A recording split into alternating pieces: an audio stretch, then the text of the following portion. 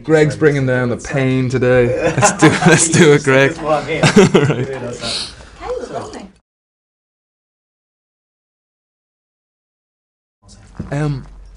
I was in LA about 8 weeks ago, and I had just kind of come off tour. So it was the first time in a long time that I had nothing on the horizon. I had nothing. I just finished up the final kind of tour commitments, and the filmmakers reached out and were kind of, to kind of talk about the project, and it was exciting. David Yates is a fantastic director. It's this amazing cast, and it just so happened I was in LA at the time and was able to see an early edit basically the following day. And I think had I not been there at the time, it maybe wouldn't have made sense. But we kind of sat down, talked about it, and we kind of talked about a song to kind of finish off the score, albeit with a fairly quick deadline of about 4 weeks to deliver it mixed and mastered. So I hadn't had a chance to kind of do something like that for a long time, or write in that way, or kick my brain into that gear in that kind of way. So I just said, if I have a demo in about a week's time, well, and you guys like it, great, and we'll see if we can make it happen. Did you know it was going to be the song that you wrote would be used at the end credits rather than perhaps interspersed within the film? We weren't sure about that at the time, yeah. So I got to hear a lot of Rupert Gregson Williams' work, which is fantastic.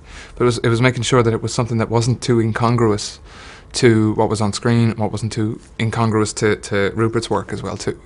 So at the time, I think they really, really liked the song, and then now this happens. It can happen with film. You can have something there, but it just doesn't work. But I think they found something that really works for it. Yeah.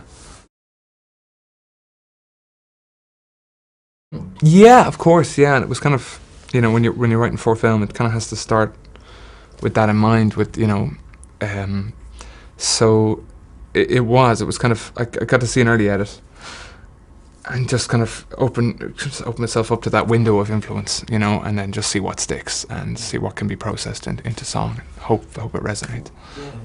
Yeah. Did you have aspirations to work with film anyway? Is this something you hold, like perhaps soundtracks more generally, like a Johnny Greenwood or something? Yeah. Or writing standalone songs? Yeah, I think it has to be. I think that for this, it was an exciting challenge, and I think the timing, had the timing been any different, had it been 2 weeks later or a week later or a week before, it wouldn't have been really possible. So, but I mean, yeah, in the future I would never rule it out, but definitely even for scoring for film, it'd be something I'd love to look into when the time is right. And I have to concentrate on the next album for the moment, but I'm a big fan of what Johnny Greenwood's work on, like There Will Be Blood. It's amazing soundtrack. Yeah. I mean, in terms of soundtracks, are there any others that sort of stick out? As a big, a big fan of a lot of Ennio Morricone's work. So like Ecstasy of Gold, I just think is a magnificent piece of music. So I think a lot of that kind of composition is beyond me at this point, but when the time is right and the project is right, it would be something I'd love to look into. Yeah.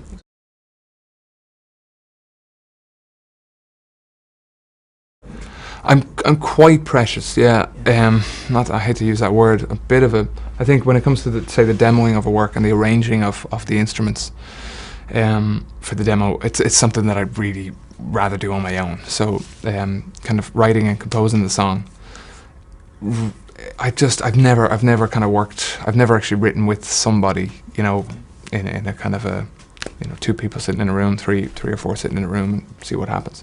So in this case, I kind of had the demo together, and it was great working with some of the bandmates who have joined me on the road, and a bandmate and an old friend, Alex Ryan, who I kind of had the demo together. We were working on it, and then he arranged the orchestral parts of this song. So we kind of sat down with it, but he's got a fantastic. He's got a fantastic mind for composition, and is fantastically literate, and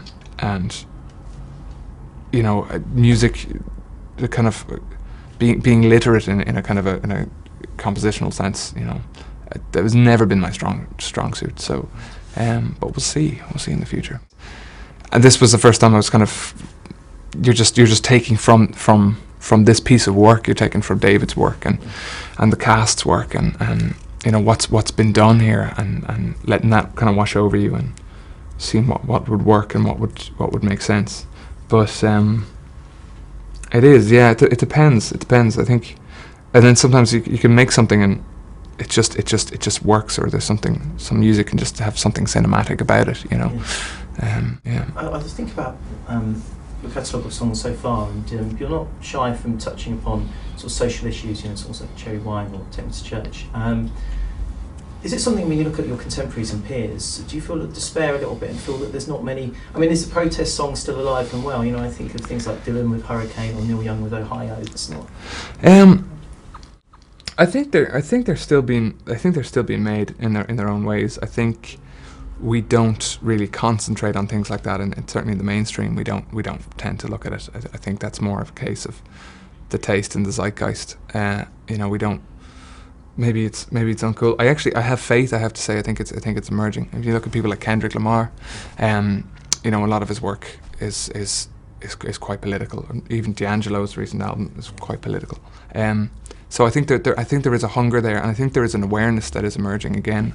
You know, maybe with social media, I think there's a bit more of a social awareness that is emerging, and will probably find its way through into music.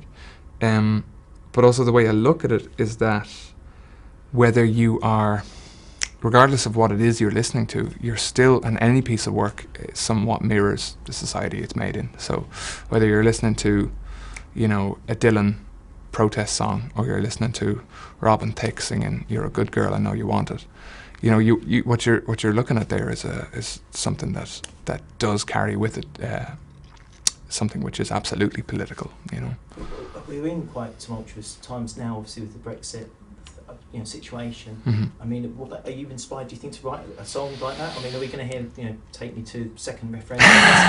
Is it scam through or not? I think it's nearly. I have to be wary about how much one pontificates over things that really I didn't have a vote in, and you know, I'm not a member of this society as such. You know, of course I have my own opinions, but you know, it's when you chime in and somebody says, you know, mind your own effing business. So I envisage a music video where Nigel Farage and Boris Johnson board a spaceship and rise to the heavens and just give everybody the finger, laughing. That's my next one.